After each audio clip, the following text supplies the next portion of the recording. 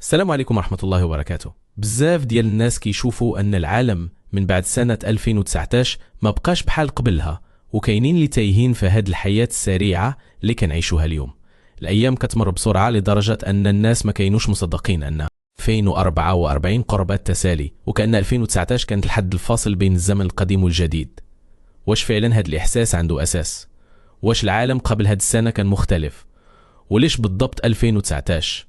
مرحبا بكم، معكم محمد القصباوي. اليوم غادي نهضروا على واحد الموضوع اللي كيقدم الضجة على الكثيرين. قبل ما نبداو، إذا كنتوا مازال ما اشتركتوش في القناة أسئلة نص الليل، ما تنساوش الاشتراك وتفعيل الجرس باش يوصلكم كل جديد ديالنا أول بأول.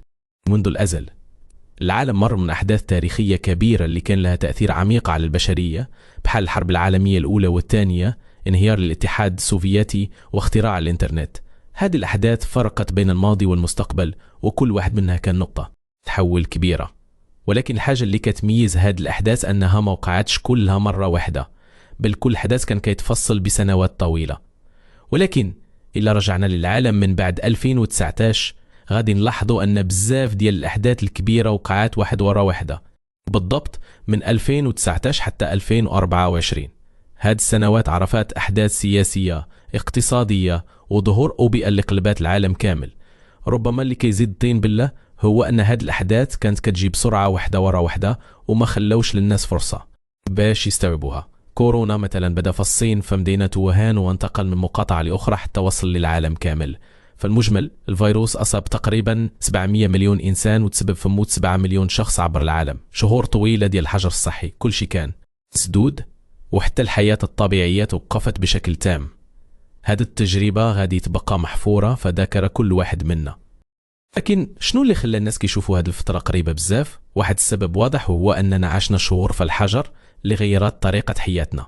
من بين الحاجات الإيجابية اللي ظهرت هو التعليم عن بعد، حيث في العام ديال 2019 كانوا غير 36% من الطلبة في العالم كيقراوا عن بعد، ولكن في 2020 ولات النسبة 74%. حتى الخدمة الحرة ولات أكثر انتشارا، ما بقاوش الناس مضطرين يسافروا باش يخدموا، بل غير بالإنترنت والحاسوب يقدروا يخدموا من أي بلاصة. لكن من جهة أخرى بزاف ديال الأمور السلبية طفت على السطح.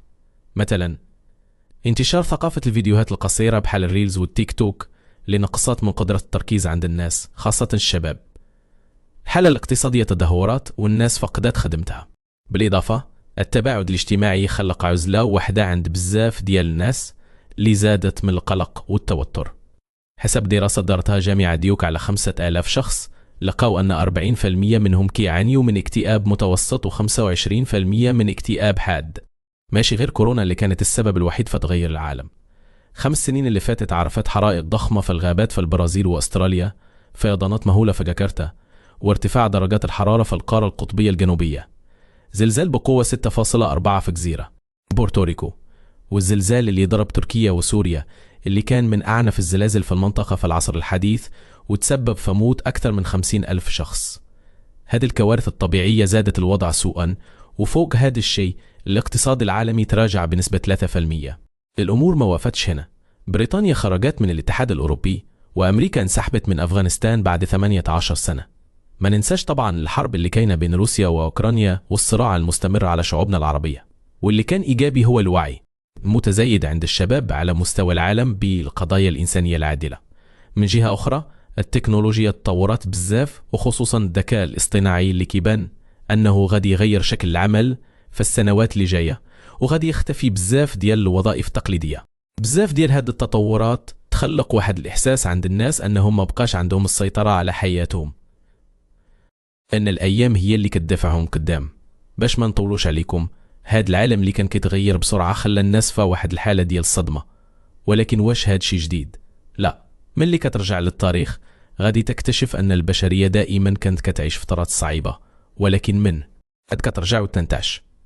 هاد الفترات اللي كنعيشوها دابا ماشي هي الأسوأ في التاريخ، بالعكس نقدر نقولوا أنها فترة سلم مقارنة بالأحداث الدموية اللي وقعت في الأزمنة القديمة. ولكن بغيت نختم بنصائح بسيطة باش نرجعوا لواحد الهدوء الداخلي. خصنا نقلوا من متابعة الأخبار اليومية، ونركزوا على تطوير نفسنا. الرياضة مثلا مهمة بزاف، سواء في الجيم أو حتى المشي. كثروا من زيارات العائلة، خرجوا من دار وغيروا الجو، وما تنساوش تقروا القرآن وتطلبوا من الله السكينة والرضا. وصلنا للنهاية. اللي بقى معنا حتى لهنا أنت فعلا من الناس الرائعة.